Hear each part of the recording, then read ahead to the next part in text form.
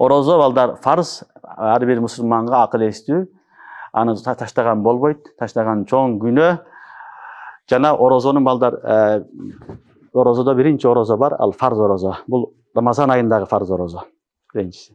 Экинчиси Рамазандын казасы, бул да фарз. Эгерде каза болуп калган болсо, Алла сактасын, аны дагы аткарып берүү башыбыздагы милдет. Мойнубуздагы милдет, бул дагы фарз. Андан кийин дагы эки орозо бар. Булар важип, кээ бир уламалар фарз деген, фарз менен важибен жакын эле амалдар. Ал каффара, анан назыр. Түшүнүңөрбү? Каффара менен назыр булар важип орозолор. Демек, орозо адаан, кадаан бул фарз. Адаан, кадаан экен фарз. Адаан, кадаан дегени Рамазанда тутуп атасың, бул ада.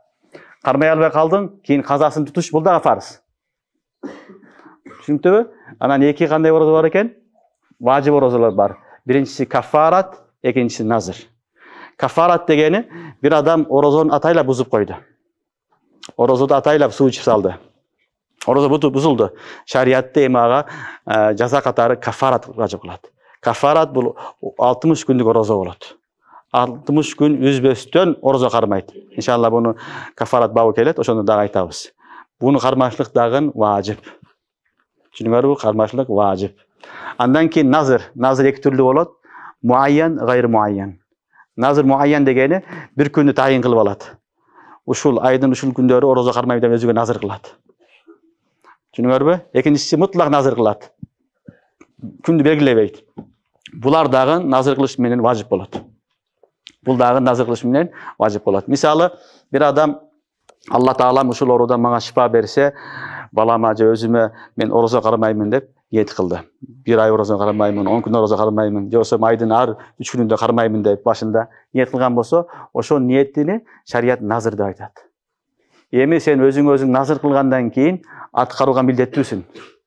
Ошол орозону карма бересиң. Бул орозолор балдар важип. Түшүнүңөрбү?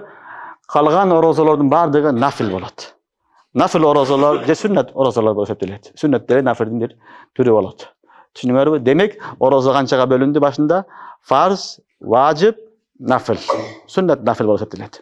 Түшүнүңөрбү? Фарзы кайсы экен? Рамазандын орозосу. Адаан ва кадаан. Бул фарз. Адасы дагы, казасы дагы фарз. Экинчиси эки орозо бар экен, алар не? Важип. Биринчиси кафарат. Атайлап бузган болсо, аны 60 күн кармап берет, кафара. Бул важип. Экинчиси назыр. Назыр кылган болсо, назыр муайян болобу, гайр муайян болобу, бул дагы важип орозолор. Буну аткарганга милдеттүүбүз. Түшүнүңөрбү? Андан калган орозолор, биринчи күнгө орозо, 4-үнчү күнгө орозо, башка орозолор бүт бардыгы балдар нафил орозолор болот. Нафил орозонун түрүнө кирет. Демек, бир гана орозо айында эмес, башка учурларда дагы орозо кармаш керек. Баягы арыштын астында турган адамдар, тамак жеген адамдар бир гана орозо кармаган адамдар эмес, орозо айында. Орозо айынан башка учурларда дагы көп орозо кармап жүргөн адамдар болот алар. Түшүнүктүбү? Себеби элдин баары орозодо кармайт фарз деп. Андан сырткары 11 айда дагы ар дайым орозо менен жүргөн адамдар, ошолор арыштын астында элдин баары эсеп китепте жүргөндө неменен болот? Алланын сый коногу болуп, Алланын астындагы арыштын сорконунан тамактанат.